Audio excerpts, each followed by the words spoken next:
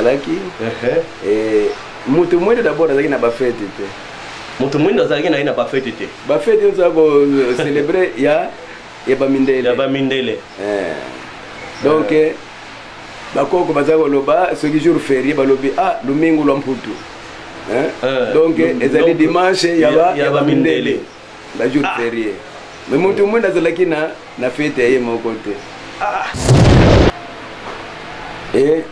etango wana tokomi na nguya yango ya likolo ezalaki ndako totongaki ezalaki diplôme apesaki ye mais dans le plan spirituel ezalaki étape biso na miso tomoni te 31 à 1941 nguya ya kogere mokili ce pouvoir là ya kogere mokili yango bozoyoka ke mokili epesameli na bino bakimbani na esika wana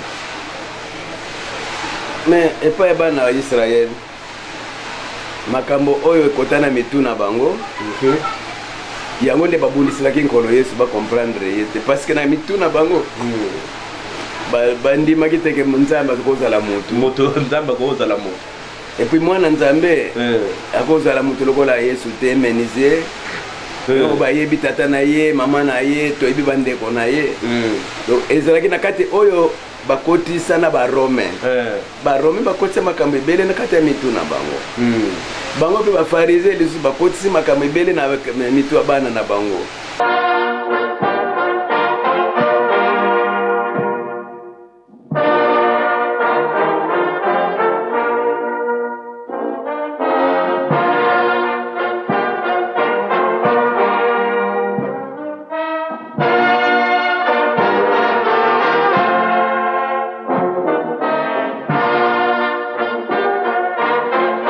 bandeko batali tozali na esengo mokolo mwa lelo ya koloba na lingomba pamba te lingomba ekimbangiste ezali manso makoki kozala liboso kasi likambo ezali liboso ezali d'abord évangelisation nde oyo esalaki ke papa Simon Kimbangu na 1921 akoka meka kobenda bato ebele ezalaki nde evangelisation pamba te biblia nde ezalaki na maboko na ye nde na ntina ewana mokolo mwa lelo ezali bongo mokolo tozwi libaku ya kosolola na mbuta muntu moko kati na lingomba na biso eyamba tata Simon Kimbangu elongo na baninga tokomeka kosolola nde na mbuta oyo ye moko akopesa biso kombo na ye epuis mosala nini akosala na kati na eyamba ya papa Simon Kimbangu. Papa Botamuntu mbote na bino. Mbote papa journaliste. Uyambi biso na biro na yo ya mosala baike bakolanda bino bipai na bipai koko yebisa bango zali nani na kati na lingomba na kombo na bino pour que bato bakoko yeba ozali nani. Na kombo ya tata mwana pe tata moli mo centre ngai kombo na ngai ezali révérend Soalé Zilando Mario Pierre nazali na mosala o tata mokonzi apesaki ngai nazali représentant légal premier suppléant chargé de l'évangélisation et mission de l'église.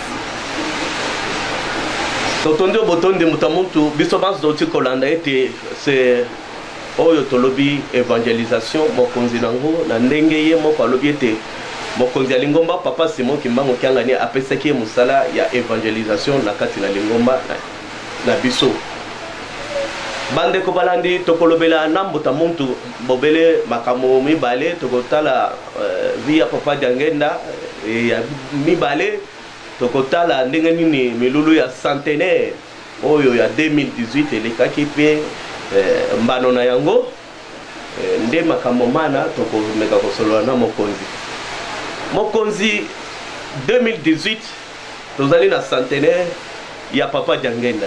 Papa Jangenda ye nani? Merci. Na kombo tata mwata molimo centre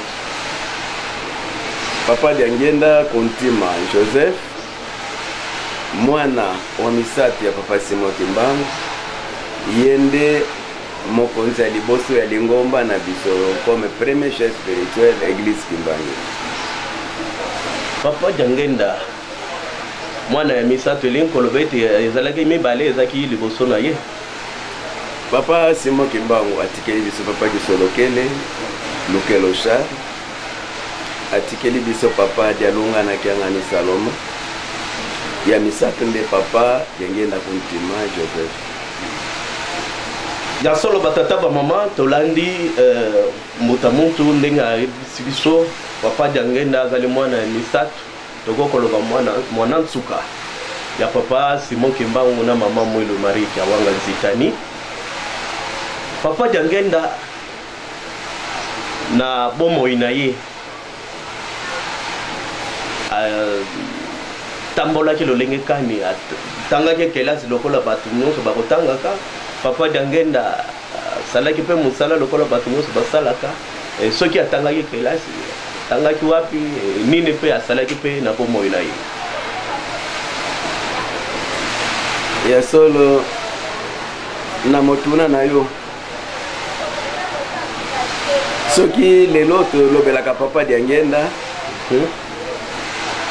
eloko ezali kokamusa mokili mobimba seke biso bakimbangise tomemi likambo ya sika na mokili. Papa Diangenda azalaki mutu abotamaki kasi evangelisation oyo toza komene ezali sango malamu oyo bango bamemeli biso. Yango nde soki kaka ezalaki na le plan matériel tolobaka tangaki esili histoire besili nango na biographie mais eloko ezoningisa mokili ezali likambo ya sika eye na mokili oyo papa Diangenda, papa Kisolokele, papa Dialungana, mama Mwilu na ye moko papa Simon Kimbangu bamemeli biso po makambo mingi kolo Yesu apesaki promesse tango basengi ye mabondeli ndenge ya kobondela kolo Yesu alobaki bosengaka bokonzi ya Nzambe ekita na se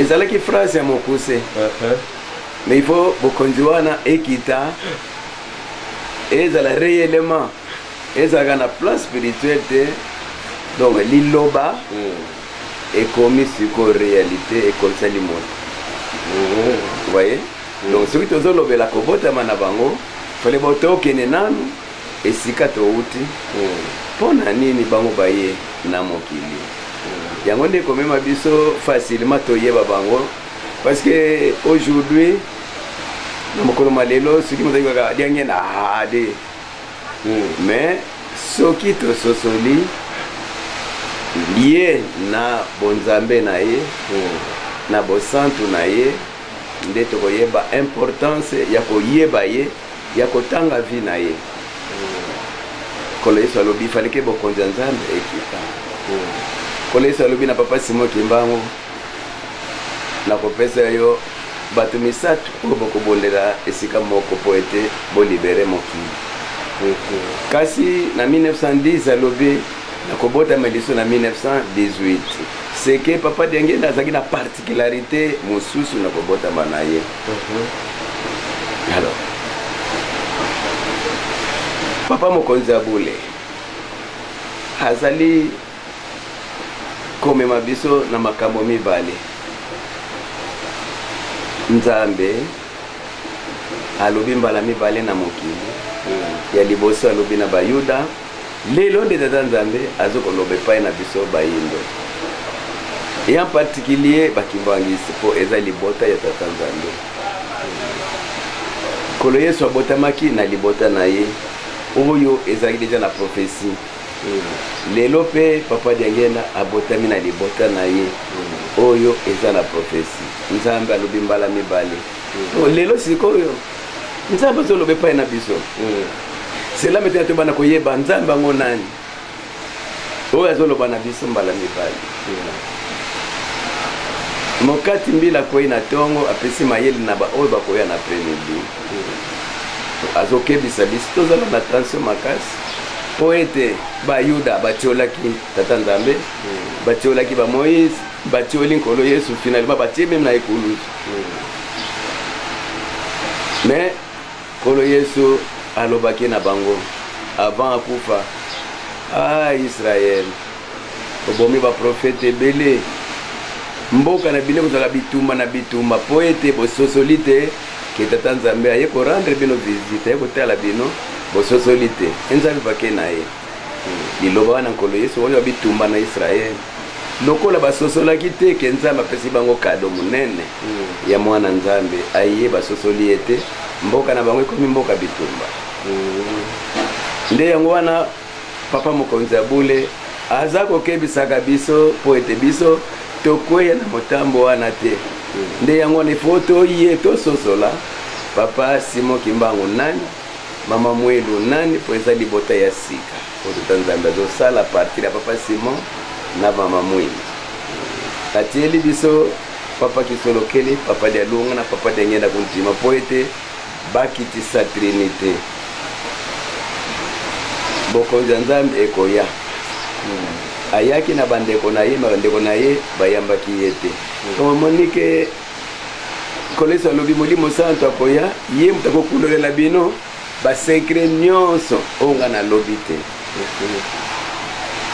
donc ozomona ke bato bazotanga bible me bazali embourbe na bapromese ebele ekolo Yesu ntango tozotia yango na mesa te tolandela yango soki biso tozwi chance parce que d'abord tozali na magistère donc maloba ya bapapa yango nde ezogide biso ya mibale batikeli biso bible na papa Simon Kimbangu na 1921 ya misatu banzembo biso tokoyembaka ezali inspiré nzambe azolakisa makambo nyonso oyo eza na posa na bana na ye ndenge ezalaki bana Israel biso to banzembo eza kokebisa biso ezali koexplike biso makambo nyonso ndenge tomoni kobota papa Diangenda yoka banzembo ebele baangele bapesi balakisi biso kebokeba wana molimo mosanto ye biso aye mpona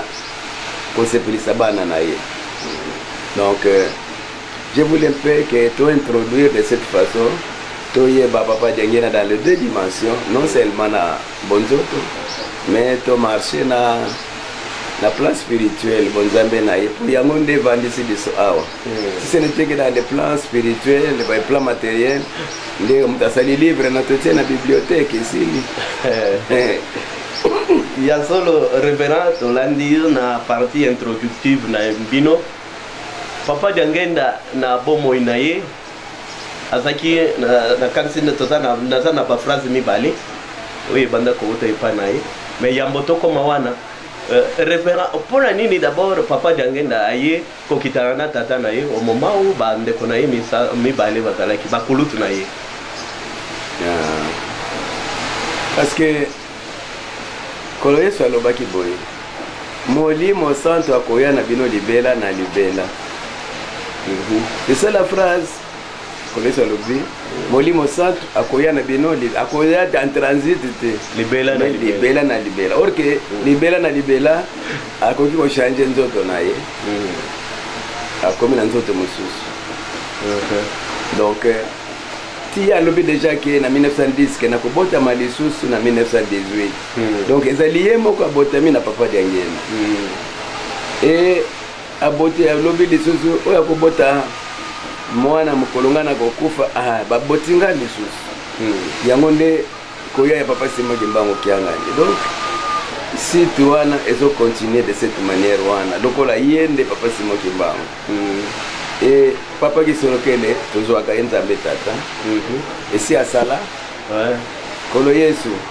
esi asala baye nde ekoencadre molimo mosantu na bitumba ya suka lokola eza makasi bango misato bokonzi nyonso ekiti ekokita na bango ebani na 1914 papa Kisolokele abotami guerre bandi oyo tozoloba guerre mondiale mpona nini ntango nyonso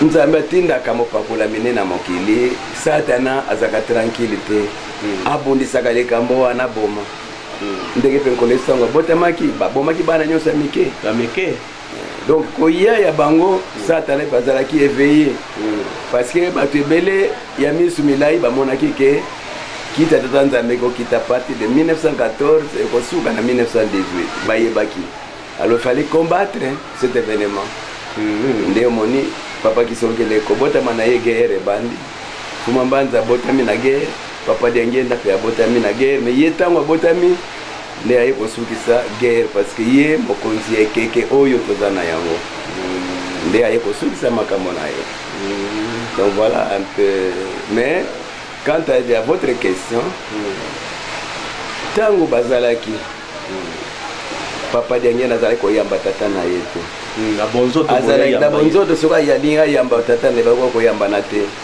esalaki epasi kasi mokolo wana papa ayebisi eke yo ezali ngai eza nzoto moko donc c'est ce qui a pesé mais le 3 décembre 1921 na mbanzangu avaki papa simoki bango akende na lubumbashi nde alobaki tre kokende te soki namoni bana na nga na mwasi na nga te po naza na bainstruction ya kopesa bango malgré oyo esalamaki me esukaki kaka ke baliberaki asula na bana na ye esika wana nde akabolaki misala ya moko na bana na ye na ye papa diangenda bapesi ye mosala ke yo ezali ngai nde yo moto kotonga lingomba bapesaki ye déjà cette responsabilité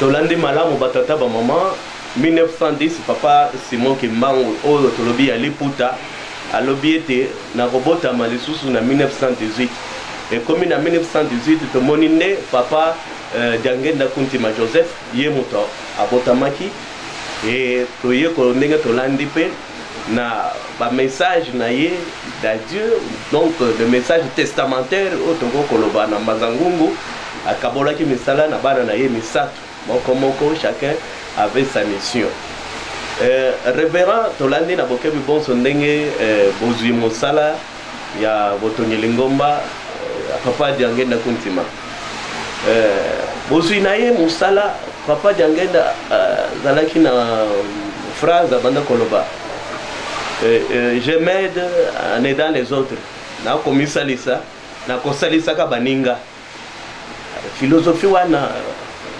bayekoli lokola bino ntango mosusu bokokozala na mwa éclaircissement là-dessus po ete baye bakolanda biso bayeba ntina nini papa Diangenda alobelaki bongo comme misali je m'aide en aidant les autres na misalisaka ntango nazali kosalisa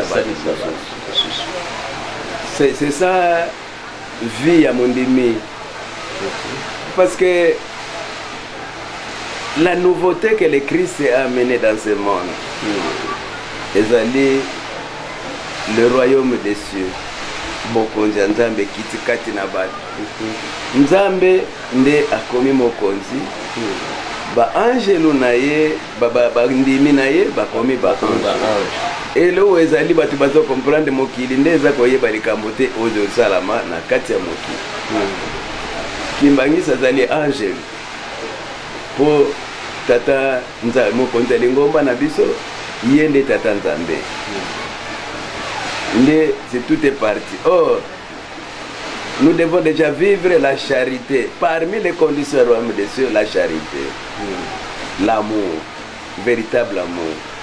Or na kati ya bolingo mutu asepelaka te moningani amona pasi. Voilà. Or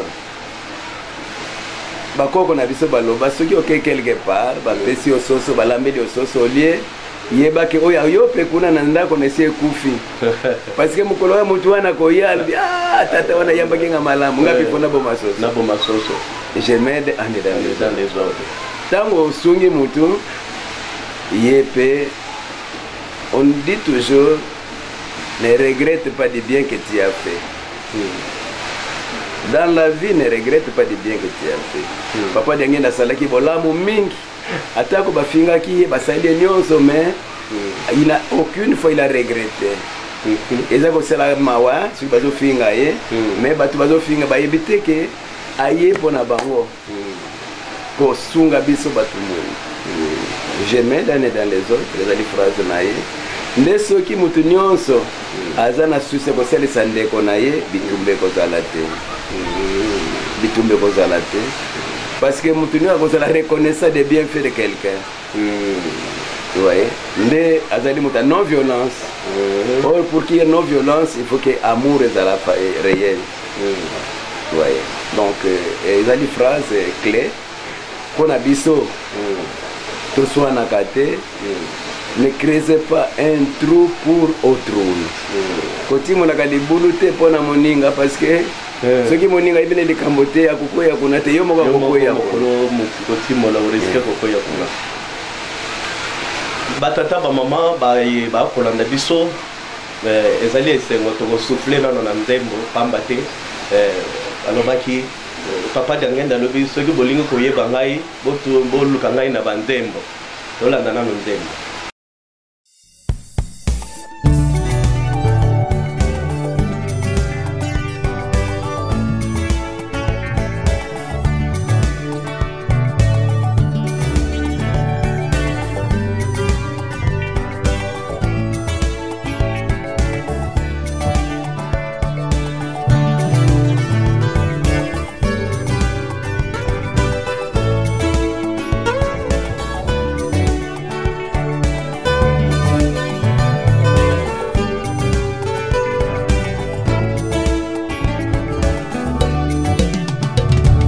Musala oyo buzo sala yako pesa ngai maboko na mabondeli bana na ngai bolemba te musala oyo nakutisela kibino na lutendele bokomisa na suka ndenge toyokana na bino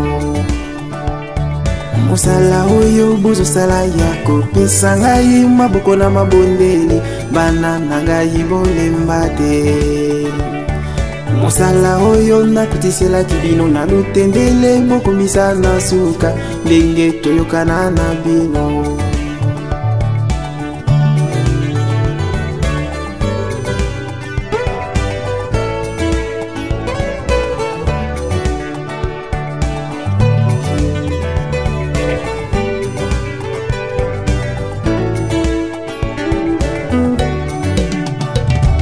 musala oyo buzo sala yako pesa ngai maboko na mabondeli bana bangai bolemba te musala oyo nakutisela kibino na lutendele bokomisa na suka ndenge toyokana na bino musala oyo buzo sala yako pesa ngai maboko na mabondeli bana bangai bolemba te musala oyo nakutisela kibino na lutendele bokomisa na suka ndenge toyokana na bino bana banga balimi banga bana banga balimi banga mabondeli mabino ezosala misala minene ezokokisa bilaka byanga bana bangai bolemba te mabondeli mabino ezosala misala minene ezokokisa bilaka byanga bana bangai bolemba te mabondeli mabino ezosala misala minene ezokokisa bilaka byanga bana bangai bolemba te mabondeli mabino ezosala misala minene ezotambwisa mokili moye bana bangai bolemba te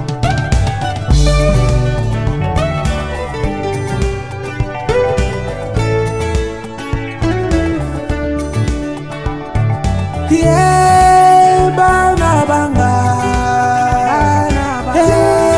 balimi banga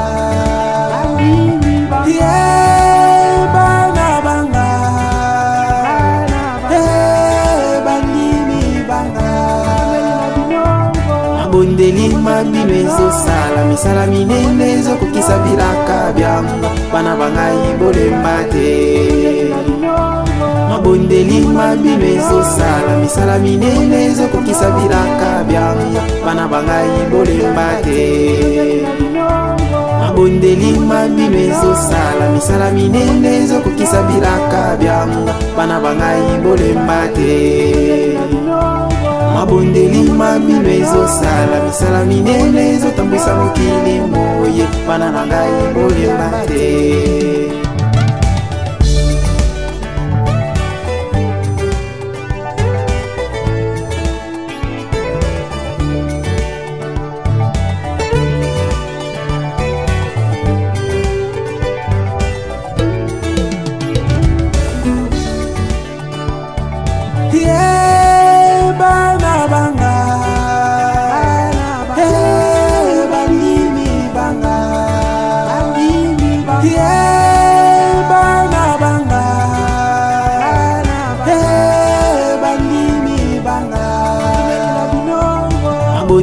mabino ezosala misala minene ezokokisa bilaka byango bana bangai bolemba te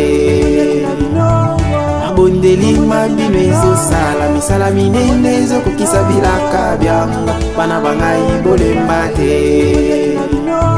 mabondeli mabino ezosala misala minene ezokokisa bilaka byango bana bangai bolemba te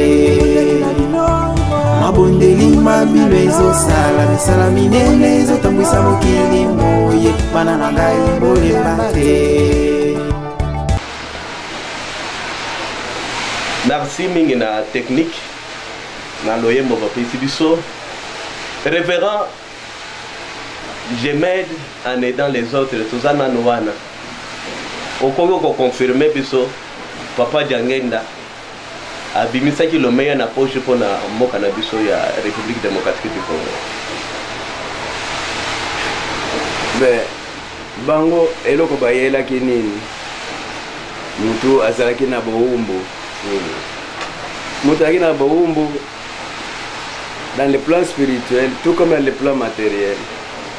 Etango penkolo Yesu abotamaki Israël ezalaki to Yuda ezalaki na maboko ya barome bazalaki na boumbu et presque bayuda bazalaki na sirke lokola nkoleso ye akololo bango na boumbu wana batia ye mokonzi moko Papa Diangenda azalaki na susi makasi ya motu mungu parce que mokolo moko balakisi charte ya droit de l'homme abandi kotanga mundele aye kokuta ye azotanga charte des droits de l'homme. Droit de l'homme aye veiller makanisi mundele akangi mise à pied du fait seulement qu'il a lu la charte des droits de l'homme. Oui. Oyo ye a comité bango ba mamindele bango moko ba komaki azwaki na suspension. D'ailleurs ba komaki na texte balobi c'est une faute lourde pour avoir lu un document subversif et l'avoir communiqué à d'autres personnes. Voilà le texte qui est écrit dans le donc atangi mokana moko ya mabe pe atangi sango tuna batu mosusu yango wana buku oyo bango moko ba komaki il était que c'est même balongola na musala parce que atangi droit de l'homme et azalaki na mise à pied pour na droit de l'homme. Donc Papa Diangenda azalaki na susi mingi asalisi mboka oyo ezala ba politicien ezala biso bana mike apona mutu te asunga bato nyonso ntango bazalaki na difficulté ya kopepesa ba honoraire ya maître Croquet. C'est là où Papa Diangenda va intervenir azwi mbongo na ye pour l'amour de son pays en tant que nationaliste. En tant que nationaliste apesa mbongo na ye poete maître Croquet bafuta ya koka ko intervenir na table ronde makambo etali l'indépendance ya RDC. Donc il a aidé. Donc souci na mutu ezalaki kosalis aza kolinga mokomona mutu aza na pasi te yango oza komona ke même opesi ye mbongo soki amoni mutu oyo aza na difficulté azwi enveloppe akofongola yango te akotanga te apesi ayebeli kutu monte eza kuna te ya même bato bazaka oya kutuna des fois papa mbongo ebele wana yanga moko kaka mbi eza ya yo ouais donc ezaki mosala na ye aza kosala kosunga bato babola koyokela bato mawa révérend baye politique monoko na bango moko biso te babimisi liloba koloba ete président wa yambo wa mboka na biso papa Joseph Diangenda ye nde aponaki ye mpe asungaki ye mpo ete akoka kokoma na niveau wana ya magistrature suprême na mboka na biso olobi bongo olobi boni na esika wana place nde yango elakisaka bonzambe ya papa Diangenda parce que bokonzi nyonso ebutaka epai ya tata nzambe voilà soki nzambe alobi c'est ce que papa Mfuma Mbanza disait ata koloba boye bonzambi tele bonzambi wowele donc soki nzambe alobi ke okozala mokonzi lokola bokonzi buteke na maboko na ye ata bomati bokiti oyo liloba ye alobi soki alobi azongaka nsima te donc il faut tozalaka mpe attention donc na liloba tata nzambe ye moto apesaka ye mpe moto aza na makambo nyonso ya kobongisa mokili na technique tolanda nano ngai Diangenda na lobi nzembo elobeli biso nini matondi mingi na technique na loyembo bopesi biso nakanisi biso banso tolandi maloba ya mbota mutu tolandi mpe ndembo mpona kosembola maye tookoloba pamba te premier ministre wa yambo ya mboka na biso Patrice Emery Lumumba alobaki l'histoire ya mboka na biso bobele bana ya Congo bango nde bakokomaka yango na bosolo mpe na bosembo bana ya Congo bayeba koloba baza mosusu te mpe bakouta na mapata te bobele biso epuis soki mpe totali histoire ya mboka na biso ekokokomoma te soki totali makambo ya papa Kimbangu te révérend baye bwania moko alobaki mutu mwindu kobimisa ye na kati ya forêt équatoriale ezali nango likambo mpenza ya pasi mpenza te kasi kolongola forêt oyo ezali na kati ya bongo ya mutu mwindu nde esika wana makambo bebaka elingi koloba nini na esika wana mais epai ya bana ya Israel makambo oyo ekotana mituna bango yango nde babundiselaki nkolo Yesu bacomprendre ye te parce que na mituna bango bandimaki teke nzambe akozala mutu nzambe akozala mutu et puis mwana nzambe akozala mutu lokola Yesu te menisie oyo bayebi tata na ye mama na ye toyebi bandeko na ye donc ezalaki na kati oyo bakotisa na barome bakotisa makambo ebele na kati ya mitu na bango bango mpe bafarise lisusu bakotisi makambo ebele na mitu ya bana na bango yango nde esalaki bango pasi po ete bakoka kotosa nkolo Yesu te mpe bayamba ye te biso mpe papa nsima ya ye na ntango ya colonisation makambo oyo babelge bakotisa na mitu ya bato nde yango wana ti lelo baetikali na mitu na biso ezokoka kosila te parce que il y a des agences de récapitulation mangomba oyo batiki ya bapaya à travers ces églises bazo continuer kocoloniser esprit ya motu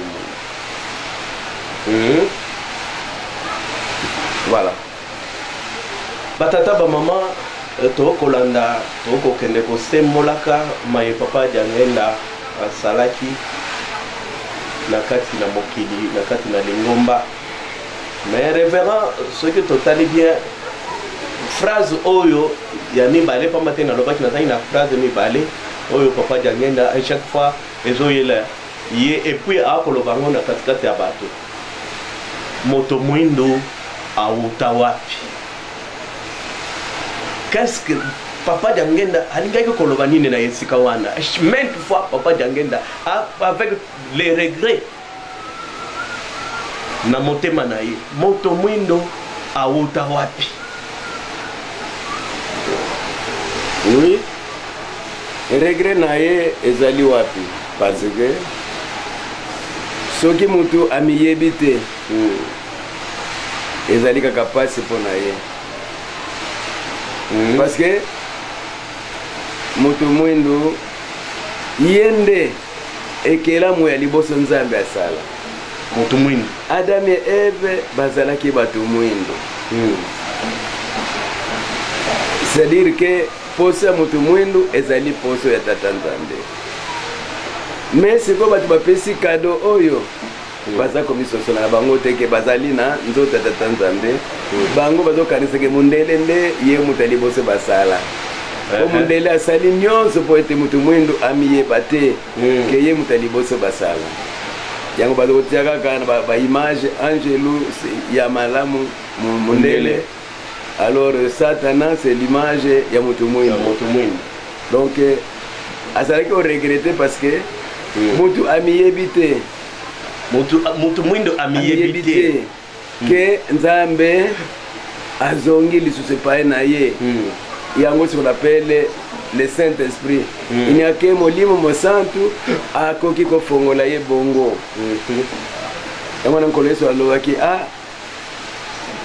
meme bunga lisese meme bunga fo baluka ngo mwana bunga aye kosenga bolimisi pa tata na ye bato babenga na fete fo bamisokola po ete bakele na fete donc nkolo Yesu apesaki masese wana nyonso po ete afongolaki nzela ya moto mwindu amisosola po jusque là moto mwindu aliaka na se ya mesa ya mundele et c'est comme ça papa Simoki m'a dit moto mwindu akokoma mundele akokoma moto mwindu lor balingi bakomisa biso tovanda na mesa me biso olobaka tomesa na pasi na biso tomesa na biso kolia na se ya mesa alo motu bazolongola na se ya mesa ye azolobake na mesana na ngai amesana na pasi comment une personne akokomesana na pasi po alobi ke motu mwindu akoti prison ya 4400 ans nulle part au monde motu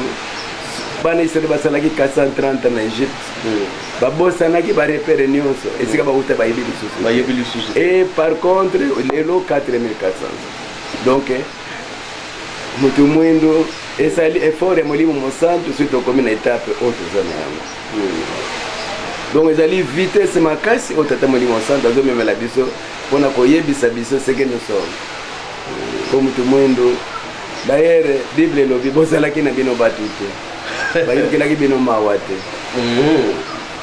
saka soki otali histoire ya motu mwindu na poto pasi mare so akufi na masuwa babwaki kaka na mana motu mwindu esclave aza na droit moko te esali pasi bakokazwa ye lokola nyama basombi ye bazobotisa ye lokola nyama mwana bateki tala pasi ya motu mwindu auta wapi po ete aza komisosola te nzambe na yo aye epai na yo me yo ozososola te nde yango nde mawa ya papa Diangenda mawa ya papa Diangenda batata bamama balandi tolanda ngai Adamu ebandeli tolanda ntembo technique akopropose biso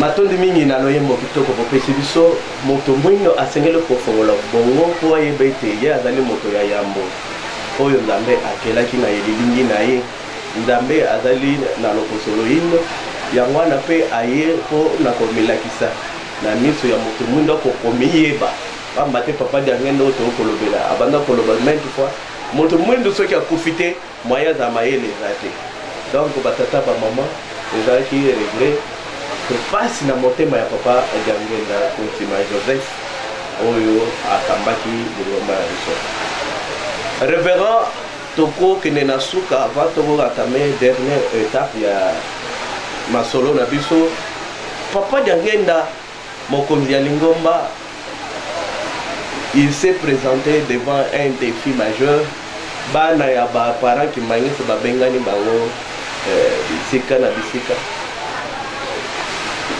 Qu'est-ce qu'il a fait? Nina Salaki. Merci. Papa Diangenda azali nzambe. Aye ko poser eloko ya sika na kati ya mokili po ete ntango balobaka évangélisation ezali sango malamu mais sango malamu ezali bokoko ezali bokoko oyo tozali kovulgarize bato bayeba posa ya tata molimo mosantu na kati ya mokili bakoki pour le moment actuel ba église oyo eyaki liboso bayaki na développement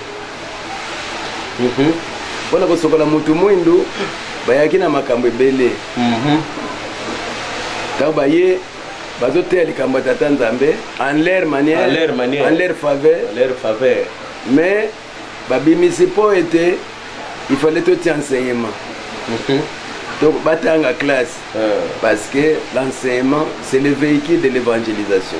L'enseignement c'est le véhicule de l'évangélisation par excellence. Yango monaki ke bakotisa ba classe bisuka nyonso classe ya ba menuisier classe ya ba infirmier tout ça bo mutu mwindo atanga mais bazotanga bazoprofite kokotisa siko doctrine na bango à travers l'enseignement balaver mutu mwindo cerveau à leur faveur. Alors biso pa na biso papa Simon Kimana 1921 balandi na ba jeune bana classe na vula kasi ayibisi bango bozonga na classe po ete boyekola oya kokamba mokili oyo bikolo ekoya donc l'enseignement ezali base et tango ekoki papa Diangenda a concrétiser likambo ya papa Simon Kimana ya 1921 ba classe efongwami po ete toteya makambo oya biso na ba école na biso à partir ya ba école na biso tokoki kolave cerveau ya makambo nyonso mabe o bamindele bakotisi na mitu na biso papa Simon alobi mikolo ekoya bato foi na bango kondima na bango ekokita yango wana il faut totonga ba dispensaire na ba hôpitaux yango nde omoni papa Diangenda tongi ba hôpitaux tisipo voyez donc c'est le développement aller des conditions les moins humaines aux conditions les plus humaines mutu mwenda ina ba conditions ya kitoko te donc le développement c'est aller des conditions les moins humaines aux conditions les plus humaines ozomona nkamba 1921 nkamba lelo il y a des conditions acceptables. Il y a des conditions acceptables pour accueillir tout le monde. N'importe qui. Donc c'est ça le développement. Et ça la kolia, kolala, makambo nyonso. Donc ba cérémonie nyonso et komi na batu. O tata Nzambe apesi mayele na ye. Ni tata Nzambe azali kopesa programme na ye oyo ayaki nango likolo nde bazotia na kati ya lingomba. Tolandi batata ba mama ndenge motamoto oti koloba ete kengela ikokende na condition le plus humaine nos conditions les plus humaines. Voilà, ezali maloba oyo azali kokamba évangélisation na kati na lingomba na biso. Mokonzi to kei na étape na suka makonga pesi biso lombango po ete tokoka kokende na lombango tozali na année ya centenaire ya papa Diangenda Kuntima fils cadet ya papa Simon Kimbangu ezalaka esengo ko fêter centenaire ya moto ezali esengo anniversaire nyonso ememaka moto akanisa lisusu likambo ndenge ezalaki mutu mwende d'abord azalaki na bafete te mutu mwende azalaki na bafete te bafete nyonso ako célébrer ya bamindele donc bakoko baza koloba soki jour férié balobi lumingu lwa mputu donc ezali dimanche ya bamindele la jour férié mais mutu mwende azalaki na fete ye moko te donc sikoyo nde tokomi kozala na bafete ya biso moko ya bakoko na biso ya banzambe na biso Et puis tozalaki na balie sainte ba place ya boule esika tokoki kokende omoni bana Israël epai Abraham eloko ya liboso basalaki mausolée tango mama Sara kufi basombi mabele na eti voilà moni batie mama Sara ali Abraham akufi batie wana donc ekomi déjà centre spirituel na bango ya bakoko na bango et yango moni que même Jacob azalaki mosika lubinga il faut batianga ikuna voyez Joseph pe alobi po même miko na ngai donc spiritualité na bango centre na bango si baza na problème bazalaki kokende kuna lelo biso pe tokomina kindongo esika totie papa Simon Kimba kono Yesu alobi na Luc 17:37 alobi esika ibembe kozala nde bingonde kokutana kuna là où il y aura les cadavres les aigles vont se rassembler là-bas donc omoni mokili mobimba siko mausolée wana kuna on en parle plus siko mausolée ya sika oyo lokindongo babengi ba mausolée tout ça mais biso na bokoko na biso to benga ka kindongo donc place ya boule ndenge sika Abraham azalaki ezaki place ya boule voyez kasi biso to bengi na kikongo kindongo au place oyo ezali sacré voyez saint des saints donc kokota wana ezaka lisekite po mokili mobimba centre spirituel ya mokili mobimba nde yango emoni kamba po nkolo Yesu atikala koyebisa donc omoni ke bango pe babandelaki kuna po ete baza na place spirituelle mokonzi mokolo ya le 22 mars Matei eteyamaki na kati ya tempelo Moté ya lobi n'allez pas ailleurs mais allez à Bethléem, c'est là où l'enfant est né, allez en Kamba. Qu'est-ce que vous voulez dire? Alinga koyebisa biso nini? Soki batu bazoluka mutu eloko liboso bapesa adresse exacte ya mutu wana on doit l'identifier. Voilà. Alors bana Israël bazalaki na promesse que mwana nzambe akobotama malgré balobi Michée, le prophète Michée baibisi très bien que mwana nzambe akobotama na Bethléem au Bethléem zamboka moke kasi nzamba ponike Yesu abotama na Bethléem. Alors pour nous rappeler batu likambo wana pour prophétie nzambe échange akate parce que nkolo Yesu Joseph et Marie bazalaki na Bethléem kasi prophétie lobi que il faut abotama na Bethléem et pour être likambo wana nzambe échoué te nzamba koti na mokonzi il faut recensement mais mutu nyonso kele na mboka na ye akene na mboka na ye Omoni lokola bango bazalaki na famille ya David il faut bakene na Bethléem po ete likambo tata nzambe ekokisama etango bakomi mpe kaka kokoma azokoma mpe mwana nzambe abotami donc sikoyo adresse oyo nzambe apesaki na prophète Michée nzambe atindi siko angelu kendo yebisa na baberger babateli bampate basepela parce que les plus heureux ezali bango parce que bango bazali rejeté dans la société la bonne nouvelle est que na bato minene te nzambe atindi yango na bato obatiolama qui n'ont rien à dire nde bake angelo ake koyebisa bango bozala na esengo kasi ke mokolo alelo na butu oyo bobotameli bobikisi bokende na Bethléem à rappeler adresse. À rappeler adresse. Et c'est comme moi na botani. Donc si vous avez place mususu, donc nous écoutons na moi na mususu. Ce n'est pas l'enfant Jésus. Le qu'on appelle centenaire à papa d'Angenda. Batebele basaki na posa, basalango partout mais anniversaire ya naissance za ka place mutabota. Place mutabota. Adresse nende yango wana. Et comment metina bakati d'identité na ye. Kamba. Donc on va qu'il pas mususu etali bango kaka mais angelo a rappelé biso que bobo sanate que prophète Michel obaki que mwana nzambe kobota mana na Bethléem mboka muke alors bino pe bokende na Bethlehem etango angel wakei bavandaki makambo bayebisi biso tosala nini balobi tokende totala makambo nzambe batelemaki bakendaki epai mosusu te baki tout droit na Bethlehem e bamoni mwana bazalaki koluka esengo na bango zalaki makasi mais soki bakendeke epai mosusu te balinga bakende omona mwana moko oyo oyo mwana ya bokonzi. Voilà.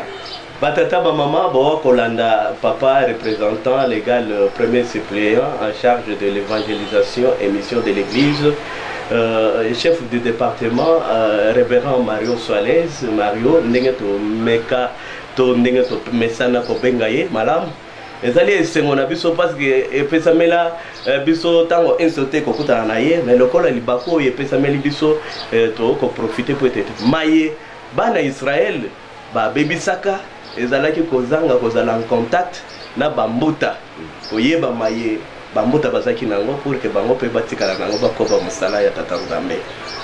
Révérend to kende nasuka ya masolo na biso tomoni mokonzi ya Lingomba papa Simon Kimbangu Kiangani alobi likambo bato ba kozela mize to fongoli yango na molimo débat et salami à travers le monde. Ndako ekofongoma na molimo ezali boni papa représentant premier suppléant. Merci. Et le retour d'abord que ye asa molimo mosante. Et le kwali bosoto ye baki azali molimo mosante. Molimo mosante.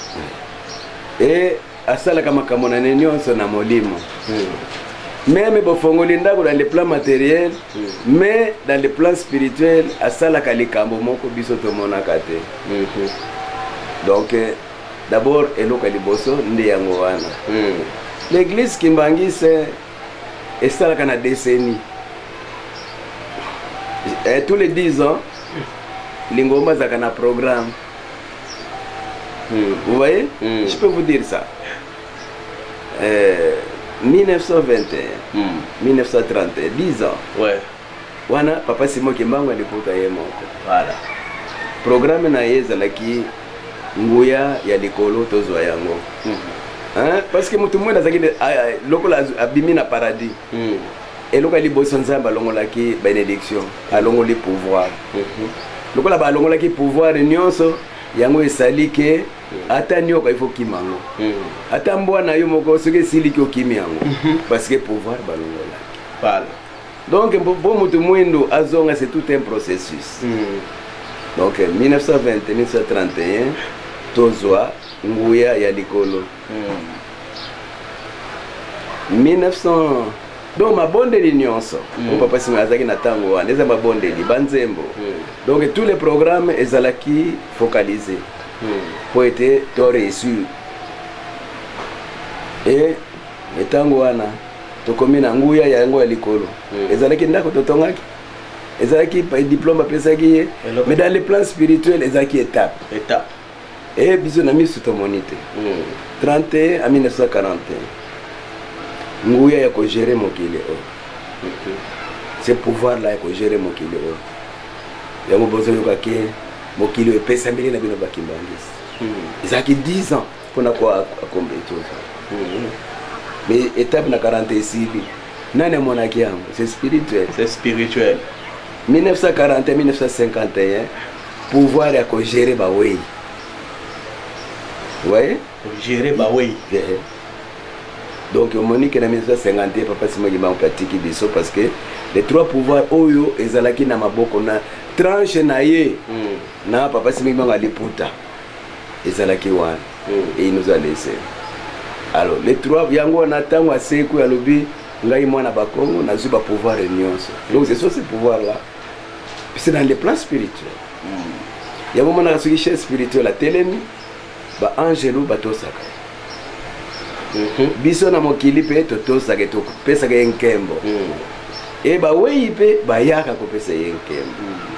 Alors ceux qui ozali na pouvoir wana ko gérer les trois domaines te ce côté lemi ba angelu ba ko lobelo côté yango mona kake ce côté chaise spirituelle ba angelu pona ko lakisa ke likolo et yebi pouvoir na yo ba ko tia mi banzemo na kombo na yo voilà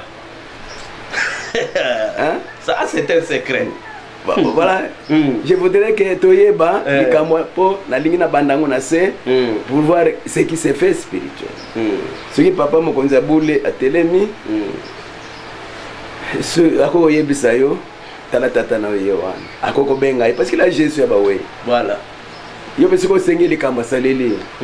Angelo alukolo ba brak ko me kono kisambula. Te to yebaki komba brak te. To yebaki komba brak. Yem tala kisebizo ke o Angelo abe no kisakambula ko mone brak. Komona ye brak. Mais atosa kangai. Sina lobi kono kisambula te kono kisambula te.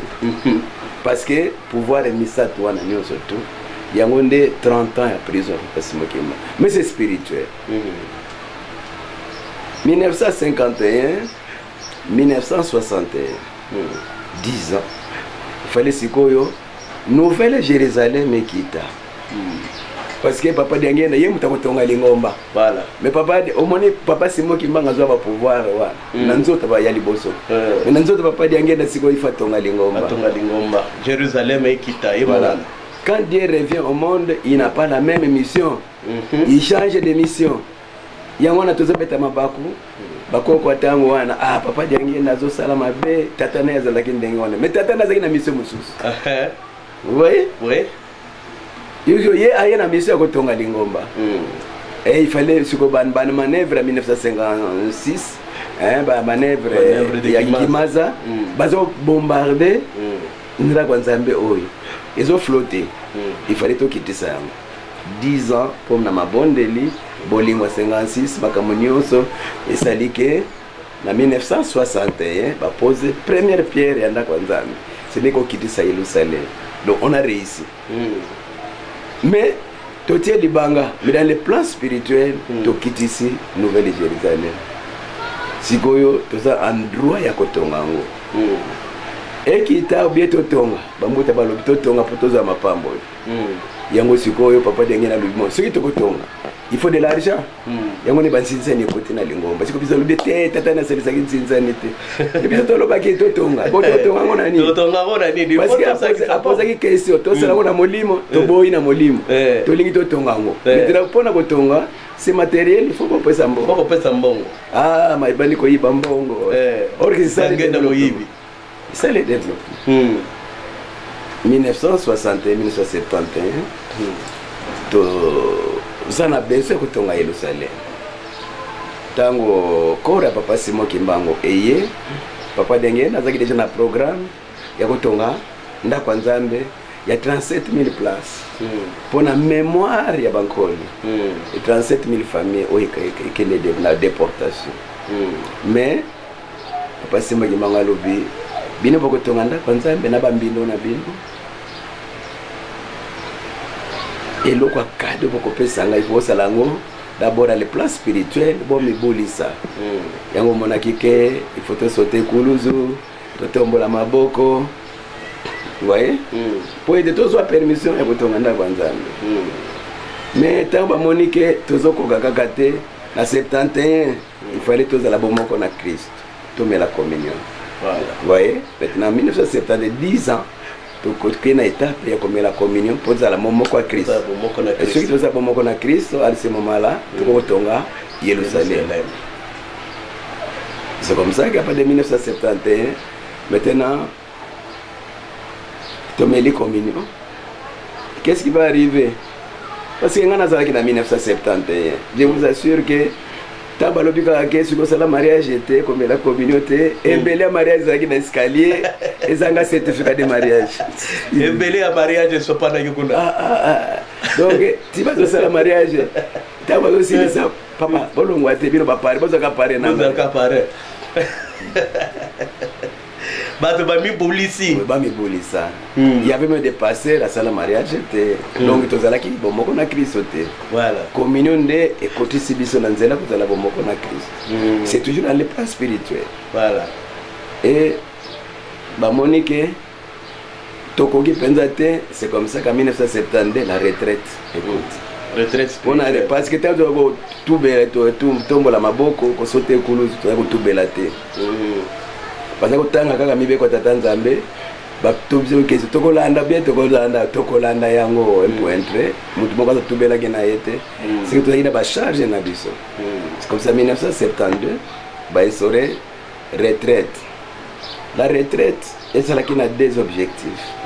D'abord, Tomi Boulissa, Tolongo la masumu, Yami Bale, Toye Bake, Papa, Baza Bamvoa la Kakate, mais Banzambe.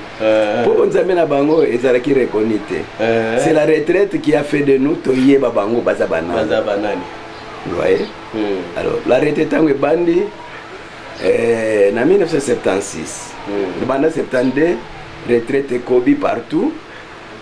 Alors, Nzambe, Papa Simonde a payé, si Papa Diangenda que cette fois-ci, n'a pas si bien autorisation pour Tonganda. C'est comme ça qu'en 1976, et c'est là qui pose la première pierre, était mes débuts de travaux. Parce que la pierre était posée en 1961. Mais tout ça là qui n'a retard. Vous voyez? Donc là-bas en Israël, tant que na Babel, na Boumbu, bazo qui peut retard makasi il y a 15 ans. Pour batonganda kwa Nzambe. Bisope de 61 à 76. 15 ans de retard. Tout au Jérusalem. Vous voyez? Donc, pendant 76, tout bandi ba travaux sous la retraite. L'encadrement retraite et en 81, l'inauguration. Tout ça les 5 ans. Tout au Nzambe dans 5 ans. Et en 81, l'étape ici, mutu mwendo alongo na libolo. Est-ce que c'est matériel ou spirituel? C'est spirituel. C'est spirituel. Vous voyez, c'est spirituel. Mutu mwendo alongo na libolo. Banzembo bimi. Maintenant, de 1981 à 1991, ezalaki période il y a triage. Triage. Pardon, période pardon il y a qu'on préparer pour la réhabilitation. Bon, de 1981 à 1991, d'être sali la réhabilitation politique de Papa Simon Kimba. Donc, étape wana est celle qui est nécessaire. Mutu abimi na libulu ba réhabiliter. Mais malgré les qui politique, mais pour nous c'est une étape. C'est une étape. Et c'est une étape spirituelle. Toujours Papa Lobi pendant lelo Papa Simon alongo na boloko. Ce qui est tigani na boloko etali. Est-ce que c'est visible? C'est matériel, c'est spirituel. C'est spirituel. Maintenant de 91 en 2001, ezalaki étape ya triage. Triage wana ezalaki annoncé par Papa Diangenda. Triage pour être na soirée spirituelle liée tout le monde là-bas ça pas tout pour être Papa azaki olinga ko remettre lingoma na banganga Nzambe pe ko préparer banganga Nzambe ba ko sala na tata na ye. Mais hélas 5 ans durant 5 mois mais mutu mwendo bongoni nangi kakate balobi longo la sapato aboyi ne ko longo la sapato. Et c'est comme ça qu'il a annoncé le triage. Et nous n'avons Papa Diangé, Papa qui solo kei, Papa Diangenda kei, Papa Fumambanza atikali na biso pour 9 ans. Et jusqu'en 2001, fin ya mosala ya ba papa bango misato na 2001. Et en 2001, Papa Fumambanza lobi tata koya Papa Simon Kimbangu Tiangani. Yende tata na biso. Yende Papa Diangenda. Yende mutakokotsa bino na mokilelaka. Membozala musika na yete. Oh. Maintenant balobi ke boza toza la musika na yete. Triage eko continue. Maloba Papa Fumalongo ke chaussette mibale na makolo. Mais eko bana na nzo na kati ya makolo na ngai. Ndeto kotina bitumba papa bango bakei ko bondela biso. Mais étape ya suka Papa Mfumambanza ezalaki tosenga bolimbisi mutu mwendo asenga bolimbisi parce que na kati ya mission ya Papa Diangenda azaki na 3 missions ya monene. D'abord comme professeur ate ya mutu mwindu identité na yo. Vous voyez? Mutu mwindu asosola azali nani? Atei partout dans le monde, atei mutu mwindu, pasi ya mutu mwindu, asilisi yango mutu mwindu, mutaliboso nzamba sala d'identité na yango wa. Mutu mwindu muna mukili mubimoza na place. Il fallait mutu mwindu ayeba nani akotsei na boloko. Likambo nini ya mabe asalaki po batia na boloko. Et likambo nini akoki kosala po ete balongola na boloko. Ce sont des questions majeures. Question majeure à Papa Diengenda sur l'homme noir. Et puis il était médecin. En tant que médecin, il a fait l'analyse de l'homme noir. Parce que moi j'ai fait la recherche sur l'homme noir. Le diagnostic sur l'homme noir. Que passe na euti parce que azwaki bundoki. Maladie à mutumbu. Maladie à bundoki la sorcellerie. C'est un frère au développement de l'homme noir. Diagnostic présenté par Papa Diengenda Coutimba. Alors comme solution, médicament, à tout bela, allons la sapatu, allons la sapatu peut à senga bolimbesi, parce qu'il y a qui t'attend à Messoni en tant que moi na liboso. Voilà. Et enfin, Papa Diengenda s'est présenté comme un général qui vient récupérer le monde. Donc à écouter mon avitumba, récupérer mon kilina satana, après ça na banana. Moni, yango moni, mwana moke kasi bazobanga ye asali accident abukani lokolo na classe po bazaka ko pesa musala na ye ya babangaki abukani lokolo na kati ya match. Vous voyez, asali accident na ndunzi wana nyosa bitumba pour ko récupérer mokili parce que ce sont des domaines au italique ils ont ba émission particulière au salle ay ko sala accident na kiwi ke na kunda masango lukulu actuel. Donc kuna nde na accident na ye balakisili uniforme to lataka sanzu nyonso drapeau do makamonio c'est pour on appelle ça démarrage yango démarrer misala na bango. Papa Diengenda bani mosala papa kisoro kele bani mosala comme ma charge na biso na ba maladi na ye et papa mfumambanza pe abani mosala antake mfumambanza. Donc vous voyez qu'il était et à Tamboli, à Rome, à récupérer Biloko Nyonso Tumusalamaki. À Rome? Oui, il a été à Rome. À Kena, Israël. À Kena, Turquie. À Kena, Égypte. Et c'est quand le point stratégique. Voilà. Voilà. Vous voyez, à Sali Tour et à Mokili, pour la Longola, Bamine Nyonso et Zakotumisa Mokili. Donc voilà un peu ce qu'il a fait. Tout au résumé, à Mossala, il y a 3 points. Il a été professeur, médecin, général, devant l'armée. Batata, maman, Elengi Yakoyo, comme papa, représentant, premier suppléant, papa. Parce que je dois maintenant répondre à votre question. Oui. J'ai commencé à la base. Maintenant, ma communion, c'est une étape spirituelle. Voilà. Or, à partir de 2001 jusqu'en 2011, ezalaki période o papa bakei papa Simon Kimbangu azwa mosala na ye akokisa bilaka metango ya lobi tozana retard à 10 ans. Vous voyez, le retard spirituel. Retard spirituel. Le retard spirituel. Il fallait to yebisa mokili kitata Simon Kimbangu azamoli mo centre. Ba conférence salami. Il fallait to yebisa na mokili bimake papa dialungana yewana kolo Yesu. Alors, il faut te dire ça, bonne ya maman Mouilou. Et il fallait te réhabiliter papa Simon Kimbangu par un procès judiciaire.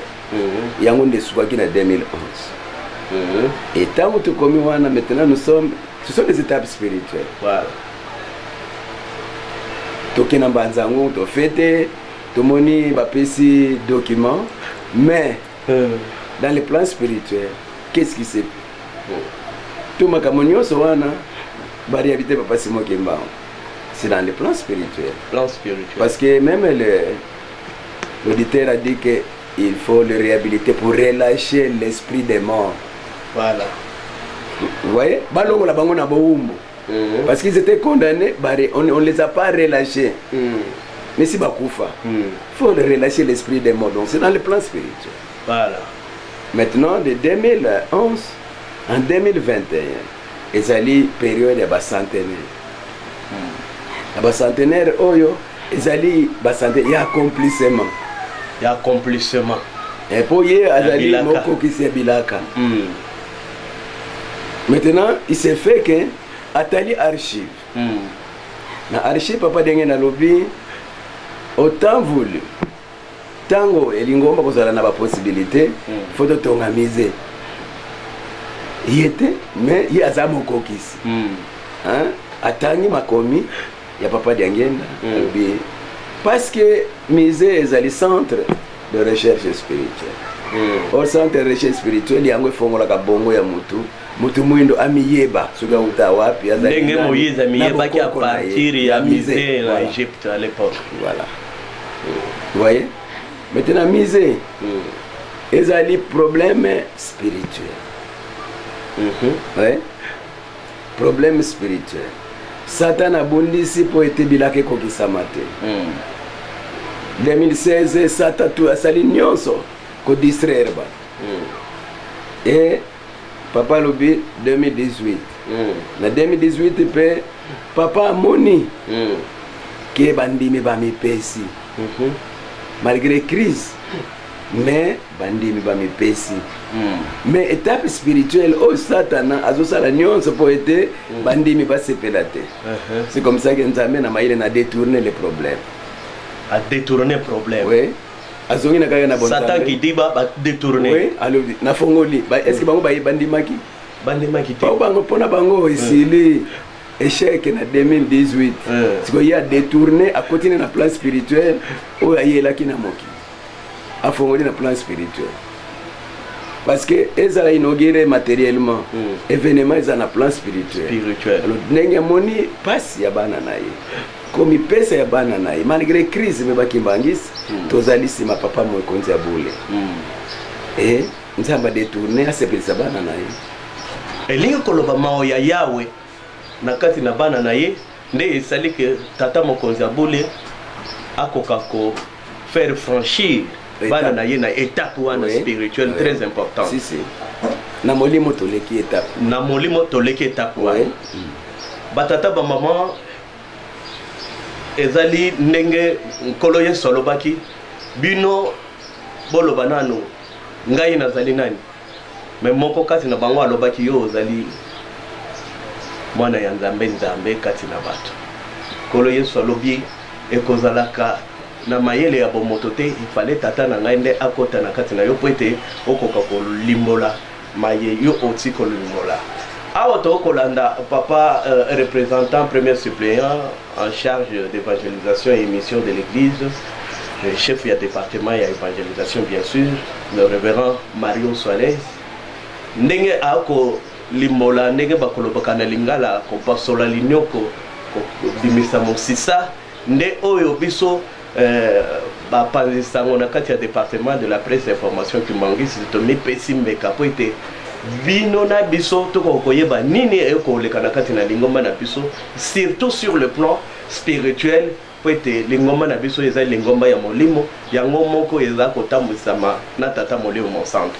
Révérend toko kende na suka ya masolo na biso tata mokonzi ya bole akamati lokasa atomboli alakisi na face du monde pona kolobete na Italie bakomaki guerre esili le 22 mars 1918 les lopé lokola le 22 mars 2018 et kozala malamu participer et kokakosila mokonzi alingi kolakisa nini na mokili na kotombolaka lokasa loyewana na fête ya centenaire ya papa Jangenda Kunti. Wana le secret du forgeron dans son cœur. Ezali secret totamoni mo centre. Mais à l'axi biso ke oya botami azali mokonzi ya kimia. Potanga botami mbala ya liboso. Ndege resili. Sikoyo petozomona mokili ezana ba trouble belé. Mais ceux qui te bondeli makasi. Tolandi matei na ye. Nanzela bolingo mibeko misala yango kaka opesa pe kimia na kati ya mokili makambo papa denge na tikaki donc obotama na ye ezali espoir ya kimia espoir ya kimia. Papa représentant premier suppléant en charge d'évangélisation et mission de l'église, révérend Mario Soales, mokonzi ya département ya évangélisation na kati na lingomba na biso. Tokoki kolanda liloba ya suka na baiba kolanda biso po na mayemaso toti kosolola awa na bokuse tokoki kokoloba conclusion na mayetolobi. Na komba tata mwata molimo santo liloba ya suka baloba que quand un peuple n'est pas spirituellement libre, on ne lui accorde pas la dignité qu'il mérite. Donc mutu mwindu azalaka na lokumu te bona nini azalaka na boumbu ya molimo, boumbu ya molimo. Voilà, il faut que le peuple soit spirituellement libre, droit de concevoir. Hein? Le kimbangisi to na droit de concevoir likamo to lingi ta mokonza bola lobito sala boye to sali toza kobanga mutu moko te. Nese yango wana nde pa mokilimo santo aye alongola mutu mwendo na boumbu ya makanisi ya bapaya. Ata olingo tonga ata ndako nayo il faut plein uta na poto, il faut mbongo uta kuna isaka colonisation. Vous voyez? Papa Dengue n'a pas compter sur votre force. Voilà. Donc c'est ça la libération. Effort personnel. Effort personnel. Nous savons pas pambola. Bamindele ba pesa ka biso ka poete pesa bango merci. Parce que merci la bénédiction. Kaba tile biso lo sokolia. Ah merci. Mais merci wa to continue ko pesa bango mapambo. Ko pesa bango mapambo. Ouais. Biso beto na maboko to sala biso moko. Po biso beto za mapambo. Donc to longwa na ba umbu ya molimo. Nde passe moni papa Simon Kimbangu guerre moni ba emene ba papa yango pekaka papa Simon Kimbangu kiangani na ba conseil direct baza ko mene pona biso po ete tolongwa na boumbu ya molimo parce que maintenant musée ceux qui ba fongole na molimo yango zo kanzembo faites moi confiance. Hein? Vous en abatu minene tout ça. C'est ça. Mais il y a une importance à miser parce que c'est le centre de recherche. Toi, tu as confiance en Tata Molimo Monsanto. Et quelle que soit la longueur de la nuit, le soleil finira par apparaître. Merci beaucoup, Batata, Maman, Balandi, Ezalaki, Sengona Biso, Mokolomalelo, Toyambaki, Nkumu, Papa. Représentant premier suppléant en charge de l'évangélisation et mission de l'église, le chef du département d'évangélisation, il s'agit bien de Papa révérend Mario Soales, Oyo Papa Tokolo Lobakaete Kombo, le nom propre c'est Motaland. Mario Autiko Pesabiso, l'histoire, il y a Lingomba, ba étape spirituelle, Oyo Biso Nabino, Tozaki na Boyinga na yango. Sikaboye polele ayebisi biso yango nde batata ba mama tozali na esengo mingi na ndenge bolanda ki biso soki bozwa ki biso na esengo pe na kimia enso bosengele ko yebete bayeba mipesa ki nzoto na molimo pete bako kozwa bilili ya mokolo malelo ezali bongo papa c'est tokopesa bino bakombo osima mais pona ngai kozala malamu po ete tokoka ko pesa merci na mokonzi oyo apesi biso vraiment totondi bino mbuta. Merci beaucoup na mayo songo ofongoli biso bongo. Je vous remercie. Merci beaucoup. Liloba na ye topesa confiance na papa mokonzi abole et maso akozala possible. OK. Merci beaucoup. Merci. Ndenge zalaki mutu mwende d'abord azaki na ba fête te mutu mwende azaki na ba fête te ba fête on ça ko célébrer ya ba mindele donc bakoko bazako loba ce qui jour férié balobi ah domingo lwa mputu donc ezali dimanche ya ba mindele la jour férié mais mutu mwende azalaki na fête ye moko te donc sikoyo nde tokomi kozala na bafete ya biso moko ya bakoko na biso ya banzambe na biso et puis tozalaki na balie sainte baplace ya bule etango wana tokomi na nguya yango ya likolo ezalaki ndako totongaki ezalaki diplôme bapesaki ye mais dans les plans spirituels ezalaki étape biso na miso tomoni te 31 à 1941 nguya ya kogere mokili ce pouvoir là ya kogere mokili yango bozoyoka ke mokili epesambeli na bino bakimba na esika wana mais epai ya bana ya Israel makambo oyo ekotana mitu na bango yango nde babundiselaki nkolo Yesu bacomprendre ye te parce que na mitu na bango bandimaki teke nzambe akozala mutu nzambe akozala mutu et puis mwana nzambe akozala mutu lokola Yesu te menizie oyo bayebi tata na ye mama na ye toyebi bandeko na ye donc ezalaki na kati oyo bakotisa na baromain bakotisa makambo ebele na kati ya mitu na bango bango mpe bafarisé lisusu bakotisi makambo ebele na mitu ya bana na bango